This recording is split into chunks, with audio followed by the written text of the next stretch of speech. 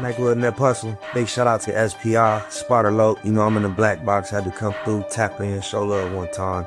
Yeah, y'all make sure y'all subscribe. Stay tuned. All that.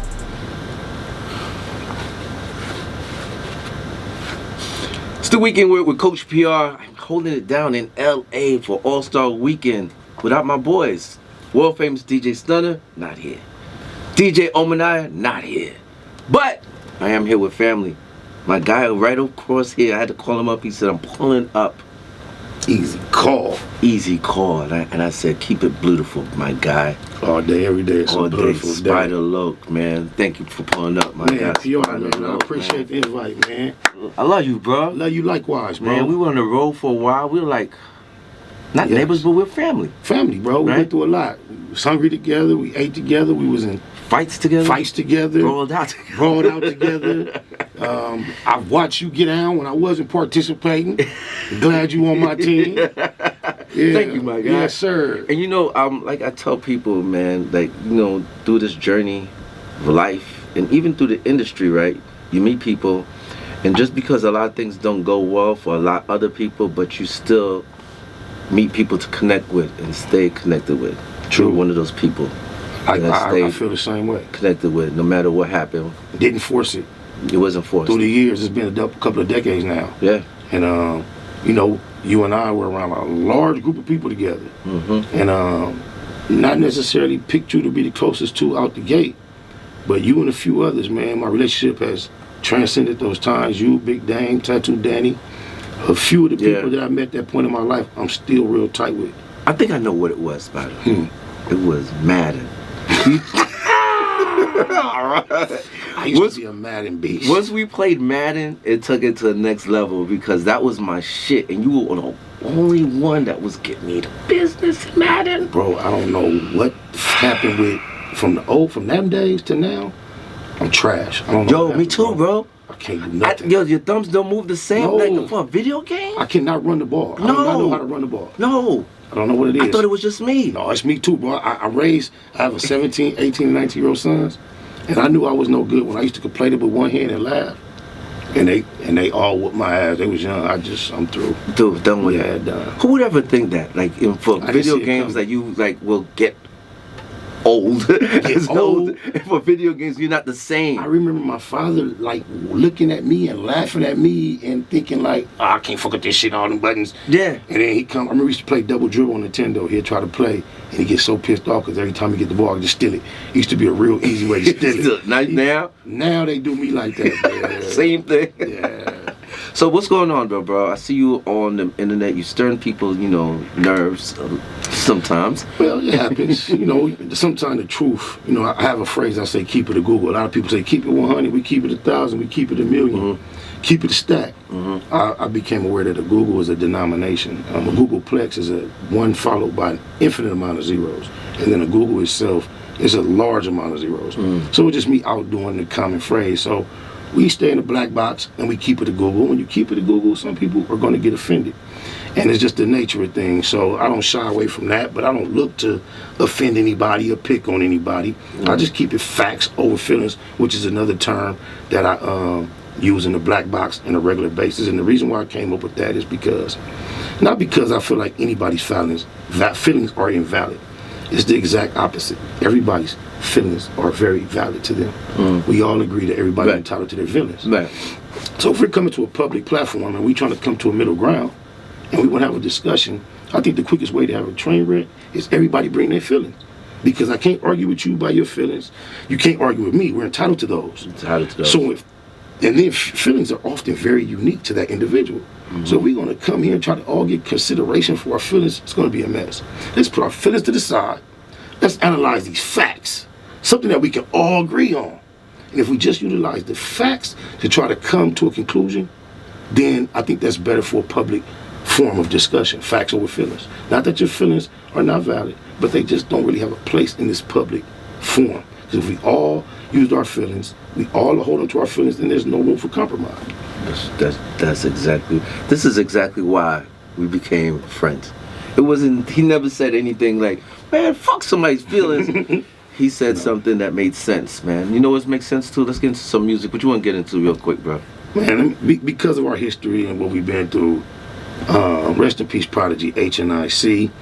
One of my favorite records I ever got a chance to participate on was, I don't know if you remember, but it was on the soundtrack, the Give It Your Die soundtrack. Yes. I don't know, Officer. It was me, Banks, Mace, and Prodigy. And I think that's the biggest lineup I've ever been a part of. I don't know, Officer. There you go. So I seen your show. No, wait. Can we save this one for last though? Because I wanted your verse in studio performance.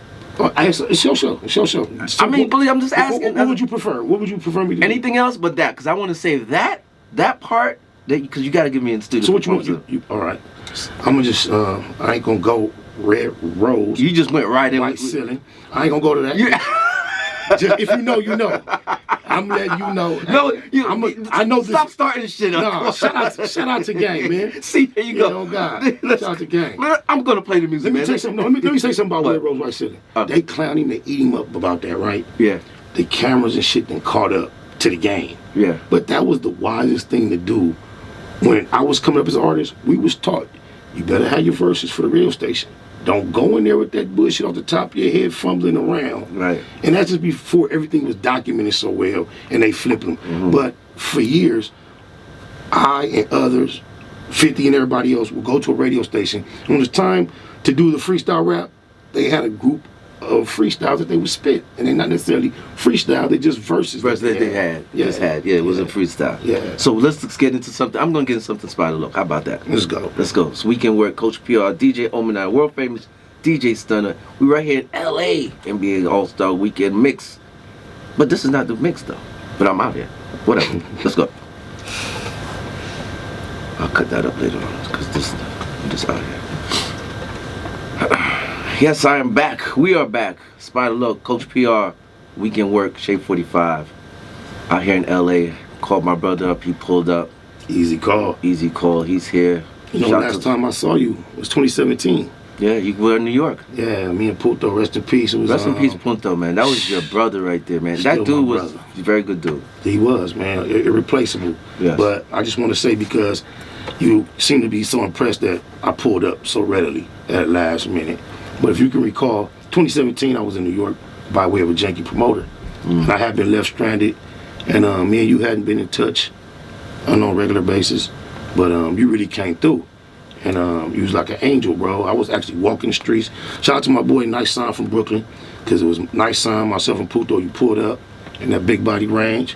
You had Go ahead, say it. Yeah, that was a clean thing. I think it was beautiful, as a matter of fact. No. You talking about my car seat also, because I had the car seat I with want to ask you had a car seat with some little bitty legs. So 2017, what's this? 26? How old is the youngster? What are you up to? He's 13 now. 13, Yeah, young he's man. 14 next month. That's deep. That's crazy. He doing all right? Yeah, he's doing all right. Tell him I appreciate him pulling up on me to help me out that day with his props. He didn't even know he was doing missionary work at a young age. Yes, I had to drove out to Long Island to meet you, man. Yeah, man. And blessed us. We was able to get home Yeah. because of PR, man. Thank you, man. Well, you know, that's what friends are for, right? Exactly.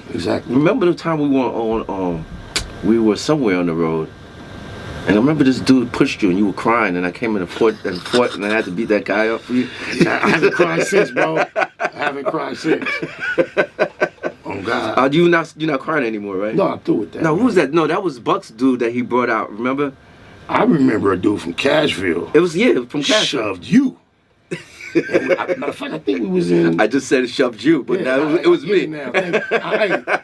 I got you, got homie, on your trip. Yeah, we was in Cashville. I was planning on sharing this story at some point anyway. That's crazy. But I remember it, so I gained a lot of respect for you outside of just the regular man respect. You was humble, whatever. You carry yourself so humble that I had no idea you deserved a certain amount of respect, because you was just a humble guy. So one day in particular, somebody took that humbleness, mistake this kindness for weakness. And I remember we was somewhere and y'all did some little shoving, and I don't know if that was a right hook, a left hook, but I remember you split. Right cross. A right cross, you split all this. I never seen so much blood so quick after a punch. He was from Cashville. Cashville. And it's a sagging t-shirt wearing, gang banging, attitude, don't give a type nigga. And PR didn't carry himself like that. He was in a role of service, and he always put everybody else first, especially talent in the talent circles, because that's what he was there to do. And somebody took that for the weakness. I didn't know that shit happened. So he hit him so hard and so quick. Salute, bro. You know what's crazy my about that? I right after that happened, I thought that 50, because at that time there was no fighting. No tolerance. No, you remember that, right? There's we couldn't fight amongst each other or you getting sent home. So when I did that, I was like, fuck. I was so mad because I thought that was going to be sent home. But he found out that I was in the right and dude was in the wrong. I went through the same thing. Shout out to Sosa the Plug. I used to tell this story and say I whooped on Sosa. And I just never thought I would encounter Sosa again. Yeah. And at the end of a year you fight, that's the way you tell the story. Right. Sosa popped up in social media and told me, I don't care if we got the pearly gates, nigga, when I see you, it's on. You didn't beat me up, wooty wooty woo. Me and Sosa real cool now through social media, but I remember when we first left on tour, we came to California, we went to Arizona, and that no tolerance of fighting was the rule. I was aware of that. Right. And I remember it was early on, got to Arizona, and me and Sosa fought. And I remember like taking my jewelry off, putting it on the table, and Shot Money and Buck had me in the room, and they was like pacing, like, hey, you gotta talk to Fifth, man. You gonna go home for a while. Yeah. I'm pretty sure he gonna bring you back and I'm stick to my stomach, nervous. Get on the phone with Fifth. No, this what it was. The nigga Buck, he on the phone, and I'm sitting there telling him like, let me talk. But he trying to pace. He trying to talk for you. Yeah, talk for me, which is not working. Yeah. And then Buck was your lawyer. Yeah, you lost. Oh God, the day I met Buck, I was speaking for him. Well, he was talking to Shot Money about the Chicago incident. We want to get into that. So I want to talk about the chain incident. So these reversals of roles would never work. But anyway, he's trying to speak on my behalf, and I'm telling him, and he basically ignoring me. But then I heard him say, "Oh yeah, Fifth, he want to talk to you too." So obviously Fifth was tired of hearing him. Right. So I still get on the phone, up in my throat, finna explain myself. I'm like, hey, he said, look, bro, if that dude can't figure it out, he's going to go home. I was like, whoa. And never skipped the beat. He never chastised me or nothing. So, that was my experience. But I remember I was so nervous because that no tolerance rule for fighting. Yeah, for fighting. That's what he told us. Once you go home, you wasn't coming back, though. Yeah, that's another thing. You wasn't coming back. But this what he told us, y'all. It wasn't no fighting. It was no fighting one another. One another. No, right. He didn't give a fuck. You go out to the mall, a venue, you fight. He don't give a fuck. They say you fight one another, you out of here. You out. There's no fighting amongst each other. And you got to respect that. I loved it. Yeah. Right? Do you remember the logic he used to say behind it? It was a brotherhood. And he used to tell you, I remember, because if you're fighting each other, you feel like you got something to prove. We ain't got nothing to prove to each other. Right. Yeah. I used to fight them other dudes, and y'all better jump in too. You better not lose, and don't come back. And the 1-on-1. So, during G-Unit, was there anything that you really hold on to those days? Like, I know now that it's past, was it 20 years ago, damn near? Yeah. Is there anything that you learned and hold on to? Well, I learned quite a bit, and I hold on most. It was such a rich experience. There's so many experiences you can grab and try to make your favorite. So the one I can really say is, I would have to say is my favorite is the way it started of meeting 50 unexpectedly. This wasn't an arranged meeting, wasn't no demo. He was having a very serious conversation with Young Buck about that chain getting took. It was not my business. I was out of place. I was out of line. I was rude. I was interruptive. I disturbed what was going on. That was in L.A.? In L.A., the Shorty Wanna Ride video shoot. Video, the parking lot. I remember when you pulled up. Yeah, and remember I had been in the trailer with y'all and Tig and Hair and all them for hours. 50 wasn't there. Yeah. And Big Dame. So me and my boy Piper from Gray Street, shout out Pipe, we was there together. And we had been sitting in this trailer for hours, and it's a jam-packed trailer with no, just Bucking, and Banks probably the only celebrities. There's nobody, everybody's just a bunch of hood niggas. Bunch from of New York. 1,000 gang motherfuckers out there. Like, it was so many, bro. Shit was crazy. Yes. Grape Street, like, that's the first time I met everybody from Grape Street. I'm like, God damn. Oh no, when I met Buck, he was really tied in with the Grape Streets. Yeah. There's so many. But go ahead, continue. So I remember leaving that, me and Piper getting hungry. And we went to get some pizza or something. We was out the trailer maybe 10, 15 minutes. After being there all day, it was elbow room only of these New York casual niggas, not the LA niggas. I'm talking about the entourage. Buck entourage primarily. So we leave out for a few minutes, 10 minutes, we come back. One of the securities, I'm finna go back in the trailer. Oh, you can't go in there. Why I can't go in there? He's like, 50 in there. So I'm like, oh, okay. Now, mind you, he had not been here the whole time. Right. So I leave out the trailer 10 minutes, he pops up. But Big Dame was around. And Big Dame was like, oh, no, look cool. Like, he knew what was up. Yeah. So as I go into the trailer, remember, it was already crowded prior to that. Just so happened the way God made it, the only place I could sit was like direct from dude, but closer than you and I. Right. We could actually touch. Right. And I just had to sit there. And he was getting that buck about this chain being taken from D-Tay. Yeah. The first few words I ever heard 50 is telling Buck was about, I better not see D-Tay on no pictures with you. He's done, he's cooked, he can't do this, and then the conversation got deeper, more gangster, more, and I was just sitting there like, whoa. Now 50 started going around the trailer like asking people like, what so-and-so went to jail for? And it was like serious shit. Where he at right now? He at home. And 50 was like telling Buck, you don't say nothing, you shut up, we got bread, lawyers, all this type of shit. I just, out of nowhere, just start rapping and cut him up. I didn't say, hey, homie, I want you to hear me buzz. I just started drowning him out. And the fact that ultimately was successful, I appreciate that moment after, you know. Yeah, you took your chance right there. You know how arrogant this nigga is. You know how that's the absolute wrong thing to do in front of Curtis every time. Yeah, and you took the chance. Took that chance. And did it. Yeah. Yeah. You, I remember since you was talking about the chain and that we were at a hotel somewhere, and it must have been like, yo, whoever, looks like 5 gang leaders there. GDs, Crips, Spanish dudes. I don't even know all these gang dudes that came to the hotel. I don't know, were you there or whatever? I don't know. Big Spider was there too. Like, oh, probably then. If you was there, yeah, because it was crazy. It was like a big fucking coalition of gang dudes just meeting there, and then the chain came back. But, oh, that one. The spinner. The spinner. Well, see, I don't like to speak about that because I got some folks in Chicago that became my folks throughout that process. And through the years, you know, 50 done did this documentary. They talk about El Chapo and these twins and da-da-da-da-da. There are some details in that story that are just absolutely not true. And then there's people that were a lot more assistive in getting that chain back. This story about all that is bullshit. However, the individuals that are black, they don't want to be named. They don't want to be mentioned. Because it was a lot of gangsterism attached to that chain getting back. That's what I'm saying. And wasn't it like the cartel? The cartel wasn't involved in that? Shutting down Bro, the cartel never, ever had that chain. No, they didn't have it, but I heard that they were going to stop. Yeah, I heard that too. That's not true then. No work was going to come into Chicago. I need to know. Like, this is what I'm saying. Like, I was told that wasn't true by the people who actually had the chain. Okay. Shout out to Godfather. I'm going to just say that. Shout out to Godfather. Those that know. Shout out to JoJo Capone. I'm very, very more familiar with what actually took place. But people would rather not the details be explained. They'd rather let that story go. Yeah. Well, Flores twins, El Chapo, y'all did that. Well, that chain came back. Yeah, it came back. What you want to get into? One more song. Let's get into something. What you going to get into? Not just one more, but what you want to get into?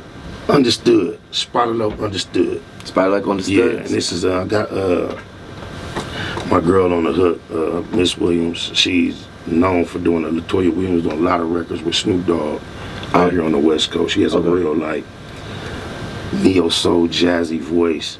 And she's on this record. It's called Understood. I like that song you did, Beautiful too. Man, shout out to my boy E-Rock on the beat, Beautiful World. That was actually my biggest record of my career. At one point, Dan the Man, we talked about Dan the Man earlier. He did the video? Yeah. Wait, E-Rock did big shout out to SPR, Spotter Loc. You know, I'm in the black box. Had to come through, tap in, show love one time. Yeah, y'all make sure y'all subscribe. Stay tuned, all that.